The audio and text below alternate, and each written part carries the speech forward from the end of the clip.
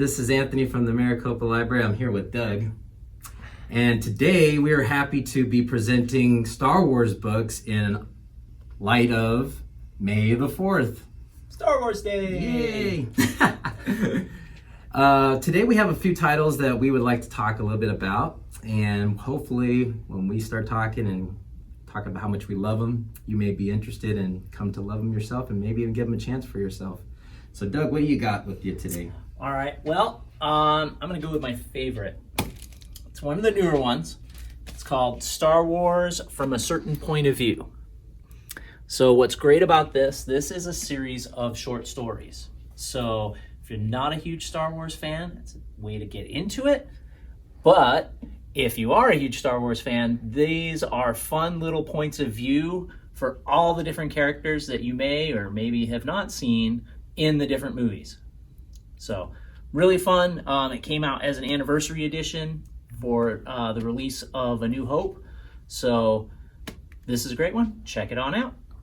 What do you got, Ant? All right, I'll start with my first, which was Catalyst, which I really enjoyed because this one is kind of like, I always think of it this way. If you're going to start reading Star Wars, you don't have to go find book one. Let's just put it that way. You know, a lot of these books will kind of give you like a quick timeline, if you will, that actually describes where you are as far as the story goes. Well, let's find it first. Here we go. It wasn't too large at this point of where the book came out, but as you can see, it has the episodes on the left-hand side here. And basically, what my whole point is I'm trying to get at is that, like, when it comes to reading Star Wars, you could, like, think from a point. Like, let's say you're real big into Clone Wars, right? Well, in this case, Catalyst would be a great book to kind of be the end point of Clone Wars because it's a little more serious tone. You get a lot of perspective from the bad guys in this one because it's the talk about the Death Star in the sky. but basically it is actually, as I said, it's kind of like it's a prequel to what we know from the original trilogy, but yet it's like finally some of those unanswered questions of how things turned out in the Clone Wars, basically after the Clone Wars, the aftermath. What about your second book? My second one. All right, well, I decided to go with a real oldie but goodie. For those of you who are big Star Wars fans, you know there was that whole thing where they decided to take all the old stories and throw them aside for the new Disney canon. Well, this is one of my favorite oldies. It's actually a series, Star Wars Republic Commando. So this series was actually created out of a video game. So some of you might remember the old Republic Commando video game. So popular, or not quite as popular as they hoped, that they decided to do a spin-off series of novels that actually became very popular. In this series, you are following a clone trooper unit as they adventure all the way from the aftermath of the Battle of Geonosis all the way up until the activation of Order 66, at which point they switch over and it goes from Republic Commando to Imperial Commando 501st, and you find out about the infamous 501st Legion. So a lot of interesting stuff here, especially if you're a fan of Boba Fett and the Mandalorians, because it explains how Mandalorian culture had been integrated into the clone training for the Old Republic, or for the Republic. I guess it's not really the Old Republic. But anyway, great series. Cool to check out. Not canon anymore, but still a ton of fun and a lot of really interesting things in there. Let's face it, when you talk Old Republic, anything that was Republic is now Old Republic. But yes, and this would bring me to my second favorite here. It is Heir to the Jedi. Now this one my girlfriend and I talk about a lot. We're big fans into the Clone Wars because we really like just story-driven and character arcs. And I like to describe this one as like, you know, you got the hero of the story, Luke Skywalker, and he just performed, you know, he helped blow up the Death Star from the first movie, the very first movie. Now, everybody walks away wondering, like, okay, the next time we see him, he's wielding the lightsaber. He's got a little more confidence going for him. He seems to kind of be a little more with the mission and like figuring out himself and even in tune with the Force. So this actually kind of answers those questions. It's a pretty awesome book. A lot of cool characters involved in it. And there's just like fun moments, and there's even some romance. It's a great book. Both my girlfriend and I really recommend this one. And this one was written by Kevin Hearn. Yeah.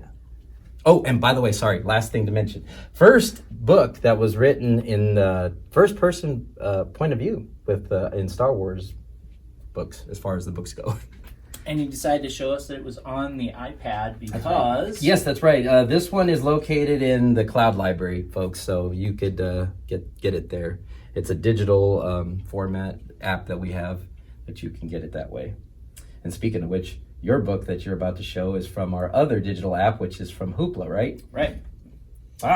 So my next one, technically a young adult novel, but Leia, Princess of Alderaan, gives you a history of everybody's favorite princess, Princess Leia. Great thing about this book, Claudia Gray, who is the author of this, has written several Star Wars novels. She also has written in a couple of other genres as well, but she does a fantastic job really bringing the history of Leia. It fills in some of those gaps. Why was Holdo placed in charge of in the Last Jedi? Yep, of the Republic fleet. It really drills down. You learn a lot about Leia, a lot about her growing up on Alderaan, and why she eventually joined the rebellion, as well as why she kind of formed the resistance after. Excellent book. Don't be afraid the fact that it's a young adult novel. Plenty of stuff in here for any age to enjoy if you like the character of Princess Leia. So, Ant, you got one more there? Yep, I got one more, and I was going to say maybe we can both kind of touch on this one because we both enjoyed it so much. Absolutely. But actually, I will say, too, that I really enjoyed this book. I just got to say. We got Thrawn here, folks, and written by the original author of, the character of Thrawn from, what was it? Heir to the Empire. Heir to the Empire, that's right. Now, he was a character in the original canon, I guess they call them Legends now, right? Yes, the old expanded universe, which is now called the Legends. Character of Thrawn, so popular, so great, they had to bring him back. Everybody wanted Thrawn. Disney listened. They brought him back. First, just as a character on Rebels. Yes. And then we decided to explore his new canon story, Thrawn. Thrawn, that's right. Now, Thrawn, this one can be located also on Cloud Library, and it's done in both formats, audio and just book. Audio is pretty awesome because the guy that does the voice of Thrawn, I think he's in it because it's either that or that guy's just amazing. He's great. Because I swear he just sounds just like him. He's got a real deep voice. But Thrawn is a very interesting character, not just because he's blue. He actually is a very strong tactician, basically, amongst the Empire. But you kind of get his perspective big time in this book here. You get a understanding of where he came from specifically, because I think in Heir to the Empire, and correct me if I'm wrong on this, Doug, but they kind of just throw him out there at first, and then you kind of learn as it goes. You don't get a lot of his history. Yeah. And so the Thrawn novel, which again is actually part of a series, but the Thrawn novel gives you a lot more of how Thrawn moved up the ladder, because when we meet him in Heir to the Empire, he is the hidden Grand Admiral. That's right. And we don't know how he got there. This kind of gives us that background, and the best part is there's actually nothing in here that would actually prevent it from still fitting in the old Legends storyline. I think that's why they kind of fit him in there, but there is two differences, and we'll kind of explain that without revealing too much. Where we see him in the original EU is after Return of the Jedi, maybe about 5 years, I'd say. And then, and this, where his character in the new expanded universe, if you will, is in between, before the rise of the, or actually would it be at the beginning of the rise of the Empire? Basically at the rise, I'd say. Exactly. Yeah. It's right at the close of the Clone Wars, right as the Empire is establishing. Thrawn gets on in there and moves up in the ranks, all as part of the buildup of the Imperial Army and Navy, Right. And moves himself into that position as an admiral, all before we ever meet him in Rebels, Right, which right. Takes place just before the start of the original Star Wars: A New Hope movie. Right. Now, the other cool thing, real quick, I'll just say about the character is that I know that, we always get that copy cut out character of a bad guy that's just, the woo ha ha ha. But, here we got this character, Thrawn, who is actually, he's got a lot of depths to his character. He doesn't exactly, you learn a little bit about him, and almost to the point where you're almost wondering what his own agenda is, in fact. Because, exactly. yeah, that's probably the best part, is that Thrawn is that multi-layered. It's hard to even call him a villain. Yeah, exactly. Because you're not sure, is he being played by the Emperor? Is he playing the yeah, Emperor? it's very possible. Does he have a complete separate plan in and of his own?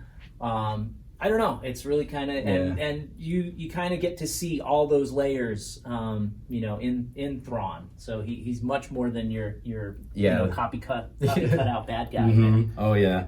So with that, I think it's really worth reading. There's actually a trilogy of these, and they're complete by this point. So those are also found at the library. We've given you a couple of That's those. right. We've given a couple of these titles, like we said, several of and them they are available on Cloud Library. Hoopla and Cloud Library. Yeah, actually, I believe, I almost want to say everything here is available there. On so one or the it's other. at your fingertips, folks. So you got it. So check it on out. And other than that, have a great May Star the Wars 4th. Day.